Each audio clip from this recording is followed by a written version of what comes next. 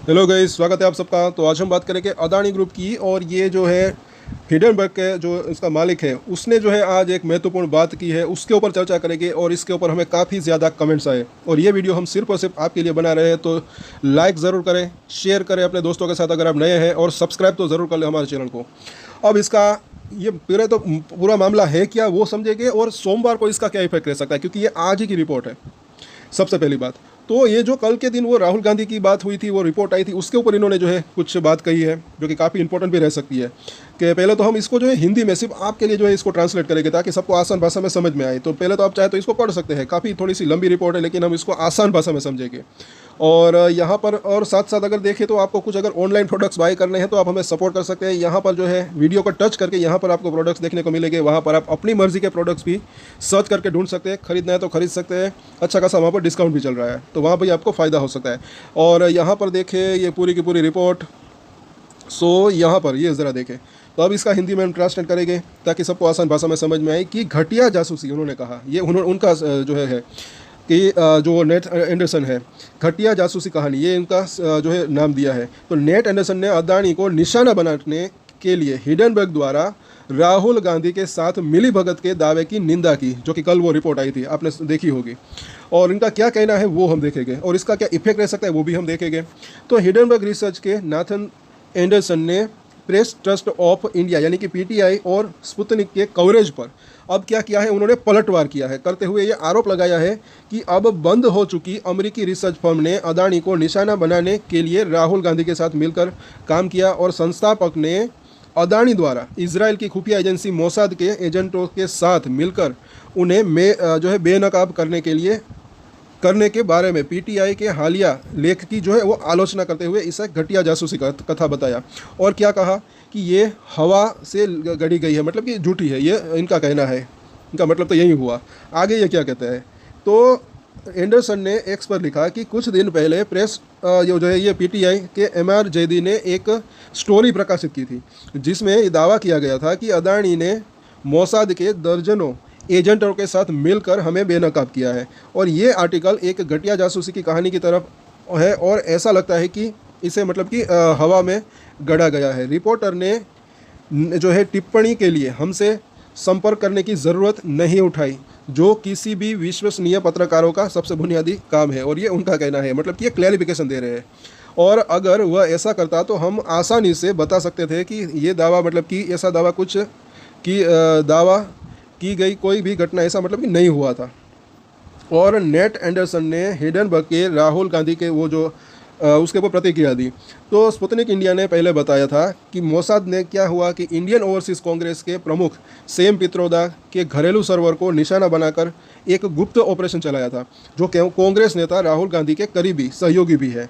तो रिपोर्ट में बताया गया था कि इसके परिणाम स्वरूप हिडनबर्ग रिसर्च के साथ कांग्रेस की कथित मिलीभगत के सबूत सामने आए थे।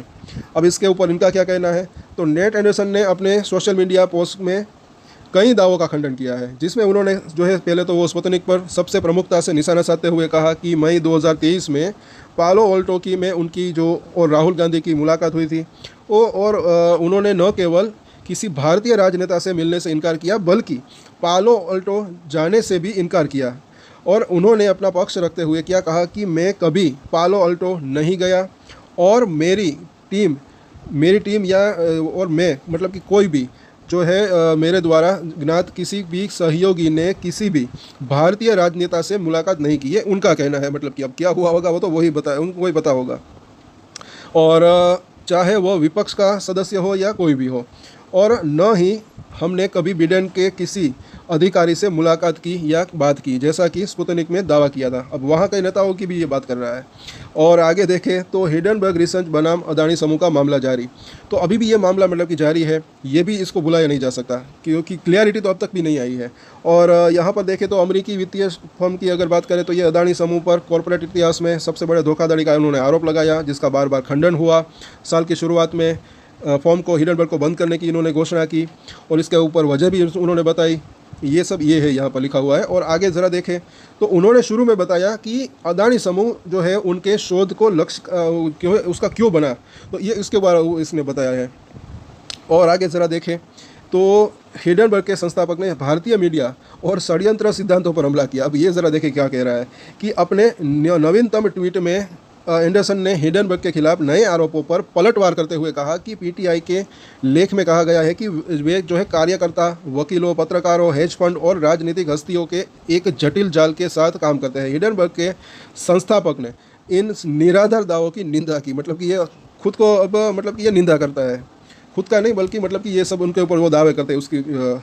और आगे ज़रा देखें तो उन्होंने यहाँ तक कहा कि रिपोर्ट में ये भी कहा गया है कि अदानी के जासूसों ने शिकागो के बाहर इलिनॉइस के एक छोटे शहर को जो है ओकब्रुक टेरेस के उपनगरीय इलाकों में एक परिसर में घुसपैठ की, जहां निजी तौर पर आयोजित वैकल्पिक परिसंपत्ति प्रबंधन फर्मों और Bharat, America, Europe, Canada, Australia में स्थित कार्यकर्ताओं के बीच इंटीग्रेटेड जो है संचार भी पाया गया था।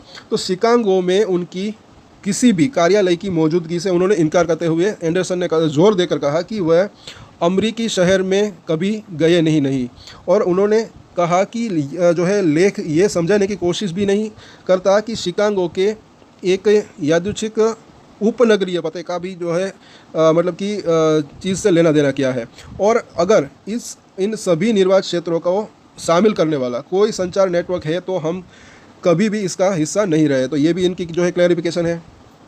और अगर आगे देखें तो हिडनबर्ग रिसर्च ने क्या कहा कि उन्होंने कहा कि MR-JD के लेख को अदानी PR टीम द्वारा बेतुकी जेम्स बॉन्ड कल्पना, ये इन्होंने नाम दिया है, उनके रूप में गढ़े जाने की संभावना जताई और बता दें कि लेख के लिए एक भी स्रोत रिकॉर्ड पर नहीं गया या उद्धृत भी नहीं किया गया। मतलब कि जैसे कि उन्होंने सबूत दे दिए हो, उन्होंने भी मतलब कि देखिए मुझे तो ऐसा लग रहा है कि उन्होंने जो आरोप लगाए थे अदानी के ऊपर, तो उन्होंने भी मतलब कि उसके पास अगर सबूत होते तो वो भी बताता है, लेकिन उन्होंने तो कुछ ऐसा अभी तक तो कुछ मतलब कि वो साबित नहीं कर पाया। अगर सबूत होते तो साबित भी कर पाता है।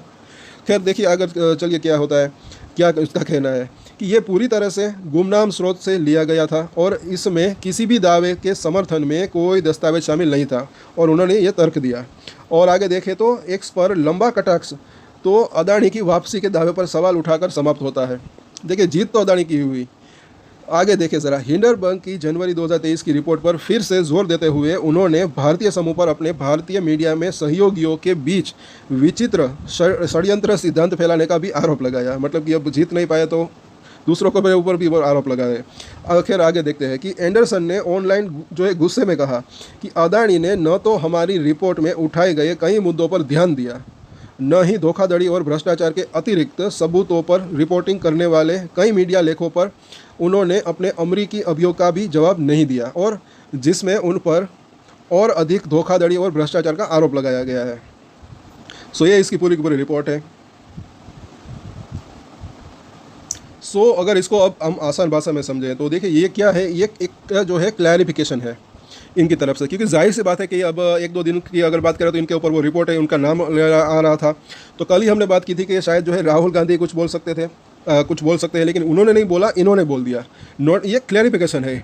लेकिन अभी भी एक चीज़ है, क्योंकि अब जो है वो अभी भी मतलब कि ऐसा तो नहीं, अभी भी वो अपने जो इन्होंने कहा है वो अपने दावों के ऊपर जो है अड़ग है। मतलब कि हमने जो आरोप लगाए थे वो सही है, वो तो अभी इसके रिपोर्ट से तो यही पता चलता है, यही समझ में आ रहा है। लेकिन अभी भी सबसे पहली बात है, मैंने कई बार कहा है कि साबित क्या होता है वो देखना बनता है। ये अब तक कुछ साबित नहीं कर पाए अदानी के विरुद्ध, कुछ भी इसके साबित नहीं किया, और साबित क्या होता है, प्रूफ क्या होता है वो देखना बनता है।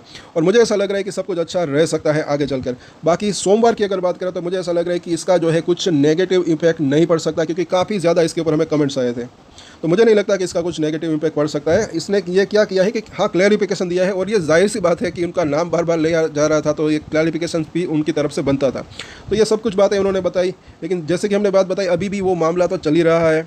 तो आगे इनके अंदर भी जो है कुछ अगर जो है चाहे यूएस की तरफ से वहाँ पर जो मामला है उसके अंदर भी कुछ राहत मिलती है, तो मुझे ऐसा लग रहा है कि अच्छा रह सकता है। बाकी एक चीज़ है कि Q4 के नतीजे जो है सभी कंपनियों के आने वाले हैं अदानी ग्रुप की। तो अगर आपकी इसके अंदर होल्डिंग है तो कल इसके ऊपर हम डिटेल में चर्चा करेंगे। तो सब्सक्राइब ज़रूर करें हमारे चैनल को। आज की जो गिरावट है वो सिर्फ और सिर्फ बाजार की गिरावट की वजह से ऐसा लग रहा है। साथ साथ कुछ शेयरों के ऊपर आज भी हमने चर्चा भी की है, तो वो भी आप देख सकते हैं। F&O के अंदर भी जो शेयर है उसके ऊपर भी हम डिटेल में चर्चा करते हैं। So like share and subscribe जरूर करें हमारे चैनल को, और वो जो है प्रोडक्ट्स देखना ना भूलें अगर आपको खरीदने हैं तो। सो आज के वीडियो में इतना ही, और सोमवार को कुछ और शेयर भी हो गए तो उसके ऊपर भी हम चर्चा करेंगे, तो वो वीडियो भी ज़रूर देखा करें। कुछ अगर हमारे रडार के ऊपर आएंगे कुछ अच्छे शेयर जिसके ऊपर नज़र रखी जा सकती है, ऐसे कुछ शेयर आएंगे तो वो भी चर्चा करेंगे उसके ऊपर। और सो आज के वीडियो में इतना ही, और एक स्टैंडर्ड डिस्क्लेमर जो कि मैं हमेशा देता हूँ, कोई भी ट्रेड ले उससे पहले अपनी रिसर्च करें, अपने फाइनेंशियल एडवाइजर की सलाह ले, उसके बाद ही कोई डिसीजन ले, और डिसीजन ले तो उसकी जिम्मेदारी मैच्योरिटी के साथ खुद ही ले। ये वीडियो मैंने एजुकेशन पर्पस के लिए बनाया, मेरी तरफ से कोई भी बाय या सेल की रिकमेंडेशन नहीं है। Thank you.